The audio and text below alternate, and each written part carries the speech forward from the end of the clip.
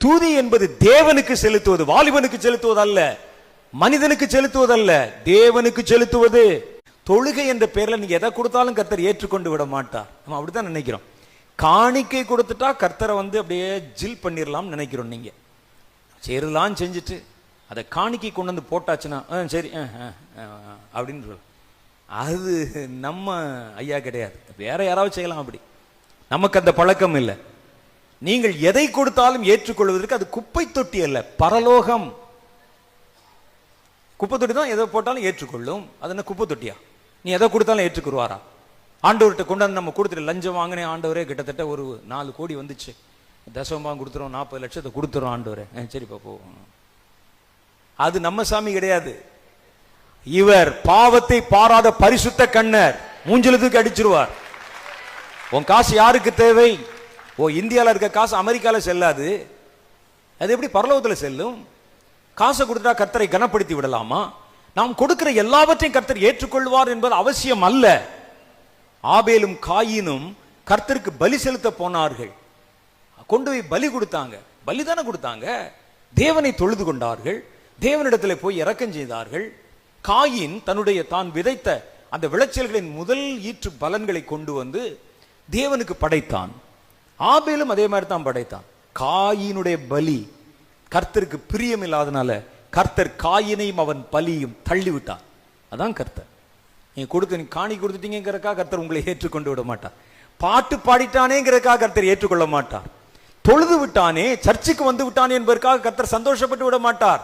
நீங்க கொடுக்கிற எல்லாவற்றையும் ஏற்றுக்கொள்வதற்கு மறுபடியும் சொல்றேன், அது குப்பை தொட்டி அல்ல, பரலோகம். எதையும் ஃபில்டர் பண்ணி அதற்கு சேரக்கூடிய ஐட்டத்தை தான் உள்ள சேர்த்துக் கொள்ளும், மற்றவைகளை துப்பிவிடும். ஜீவனற்ற கிரியைகளை அது தூக்கி போட்டு விடும்.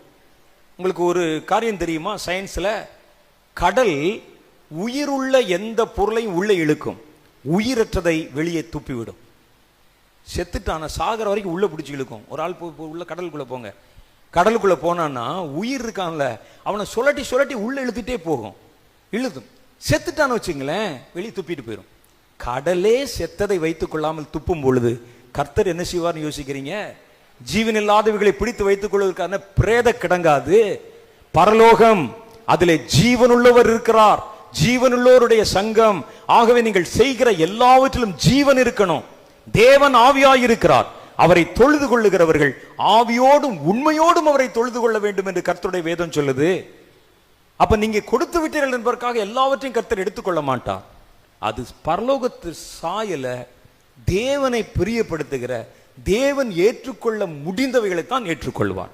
நீங்க பாடிட்டீங்க, பெரிய பெரிய இசைக்கருவிகளை வைத்து ஒரு பெரிய 3000 பேரை வச்சு கொயர் பாடிட்டீங்கிறக்காக என்ன செய்வது? இதை பரலோகத்தில் சேர்த்துக் கொள்வோம் என்று கர்த்தர் சேர்க்க மாட்டாரு.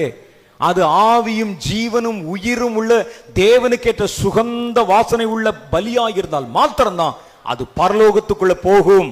இல்லாவிட்டால் அந்த ஆடியன்ஸுக்குள்ள காதுல போயிட்டு மறந்து போய்விடும். யாரை நாடி நான் போதிக்கிறேன்? பவுல் கேட்கிற, யாரை நாடி போதிக்கிறேன்? மனுஷனையா தேவனையா? யாரை பிரியப்படுத்துகிறேன் என்று கேட்கிறான். நீ சொல்லுங்க, யாரை நாடி நான் துதிக்கிறேன்? இந்த கேள்விக்கு நீங்க பதில் சொல்லுங்க. யாரை நாடிங்க நான் துதிக்கிறேன்? மனுஷனையா தேவனையா? இவர் சொல்றாரு, வாலிபர்களை நாடி துதிக்கிறேன், வாலிபர்களை ஈர்க்கும்படிக்காக துதிக்கிறேன், வாலிபர்களை இழுத்து என்னுடைய கூட்டத்துக்கு கொண்டு வரும்படிக்காக துதிக்கிறேன். துதி என்பது தேவனுக்கு செலுத்துவது, வாலிபனுக்கு செலுத்துவது அல்ல, மனிதனுக்கு செலுத்துவதல்ல, தேவனுக்கு செலுத்துவது. உன் சத்தம் எப்படி இருக்கிறது என்பது முக்கியம் அல்ல, எவ்வளவு நீ சுதி சுத்தமாய் பாடுகிறீர்கள் என்பது முக்கியம் அல்ல. தேவனுக்கு வேண்டியது நொறுங்குண்டதும் நறுங்குண்டதுமான ஆத்துமா. கர்த்தரை புறக்கணிக்க மாட்டார் என்று வேதத்தில் எழுதி இருக்கிறது. அதனால்தான் கர்த்தர் சொல்றார், ஆவியோடும் உண்மையோடும். நல்லா பாடினா ஓகே, பாடக்கூடாதுன்னு சொல்லலன்னா, ஆனா அது மாத்திரம் அல்ல, அதுல ஆவியும் ஜீவனும் இருக்கணும். நீங்கள் வைக்கிற எல்லாவற்றையும் பரலோகம் எடுத்துக்கொள்வதில்லை. ஊழியக்காரன் ஏற்றுக்கொள்ளலாம், சபை அங்கீகரித்துக் கொள்ளலாம், நீங்க என்ன காணிக்கை கொண்டு வந்து கொடுத்தால் நான் கை நீட்டி வாங்கி கொள்ளலாம். ஆனால் என் கர்த்தரை நீங்கள் என்னை வைத்து எடை போடக்கூடாது. நாங்க அப்படிதாங்க பாவம் செய்தோம். நான் இந்த மாதிரி ஒரு தொழில் செய்கிறேன் என்று தெரியும் எங்க பாஸ்டருக்கு. நான் தசம காணிக்கை கொண்டு வந்து கொடுத்தேன், அதை அவர் ஜெபம் பண்ணி தண்ணி தொளிச்சு வாங்கி கொண்டார். உன் கர்த்தரும் அப்படியே இருப்பார் என்று நினைத்தால் நீ ஏமாந்து போய் விடுவார். உன் பாஸ்டர் அப்படி இருக்கலாம், நான் அப்படி இருக்கலாம், ஒரு ஊழியக்காரன் அப்படி இருக்கலாம். என் தேவன் அப்படிப்பட்டவர் அல்ல.